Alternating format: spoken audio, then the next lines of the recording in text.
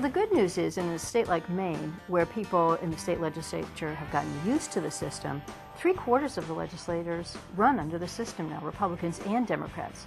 So once people get used to it, they love it. I mean, nobody would want to do it any other way. The idea of going back to raising all that money and tying yourself up, you know, and not being able to actually campaign with the voters, I don't think you could talk people into going backwards on it. The clean election system reduces the impact of lobbyists and special interests. And once people are elected under the clean election system, they are accountable only to voters. It allows me to be independent. I'm able to walk into a committee hearing or a floor debate and be able to do what is best for my district and not have to worry about what special interest is thinking. The citizenry is more empowered simply because the candidates are no longer beholden to big corporations. They're no longer beholden to political action committees. I think it increases my accountability because I know that in 2 years I have to get back out to those doors and talk to those same voters. And they're going to tell me if they're happy with what I've done or not. You're knocking on doors, you're meeting with constituents, you're involving them in the process, which creates more accountability, and it changes the way that you govern. Your legislator basically is beholden only to you, and you have as much access as anybody else. If you are the poorest person or the richest person, you still have equal representation. And what a difference this new system has made where it's been put in place. More people are running for office.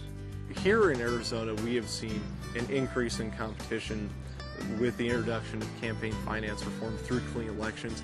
More people are running for office, and we're seeing seats that are challenged that haven't been challenged in years. More women and more minorities are running. It brings about inclusiveness. It also brings about a good amount of competitiveness, and it opens it up in diversity as well. Because of clean elections, voters have more choices, and they're choosing clean elections candidates.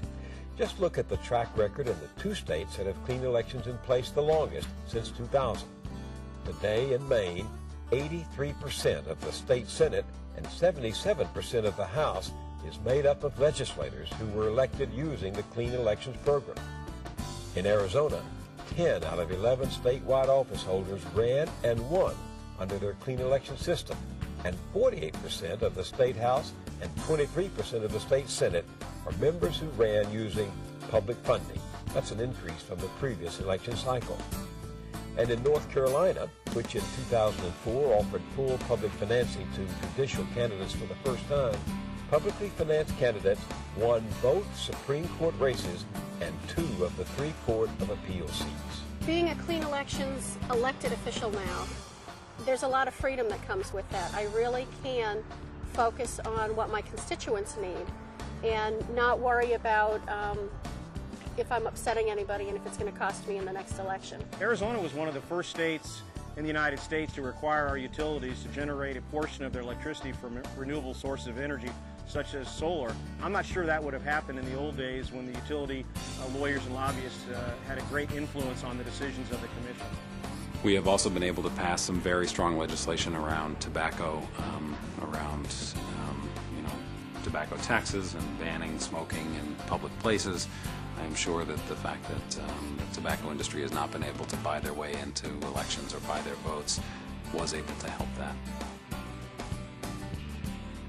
I think the next step for clean elections is nationally. I think that it's proven where it's being used, that it's doing what it's supposed to do. I am enthusiastic that we can do this at a federal level, particularly since there's been increasing momentum in the states. But we can't do it without the support of the public. I mean, it is a grassroots effort. It's a citizens' lobby. It takes a lot of pressure to get Congress to change. If it can work in Maine, if it can work in Arizona, if it can work in Connecticut, then there's hope that it may work in a lot of other states, and that, hopefully when we have enough states under our belt, we can form a movement where we can do it at a federal level. To win clean elections in Washington, D.C., we're going to need an outpouring of citizen activism at the grassroots level like we've never seen before. Wouldn't it be wonderful if all of the states would adopt our clean elections law? We would change Washington, D.C. The clean election system of public financing is changing campaigning, helping to put an end to business as usual, rotten business as usual. If anybody's going to own our politicians, it should be we the people. Clean elections is the way to do it. Remember, there are no victimless crimes in politics. The cost of corruption gets passed on to you. Big donors get what they want from politics and government, and you wind up paying the bill.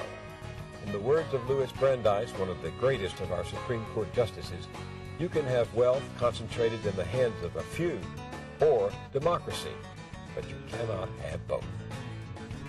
Your support for clean elections is how we'll save democracy.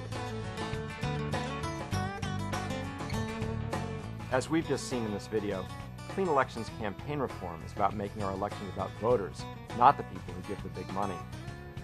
Right now, there are tens of thousands of concerned people around the country who are working to establish clean elections in their state and for our federal government as well. There are people just like you who want fair elections on a level playing field and politicians who will listen to the voters and not to the voice of big money. I hope this video inspires you to join a growing army of grassroots people who are tired of politics as usual and want to win big changes.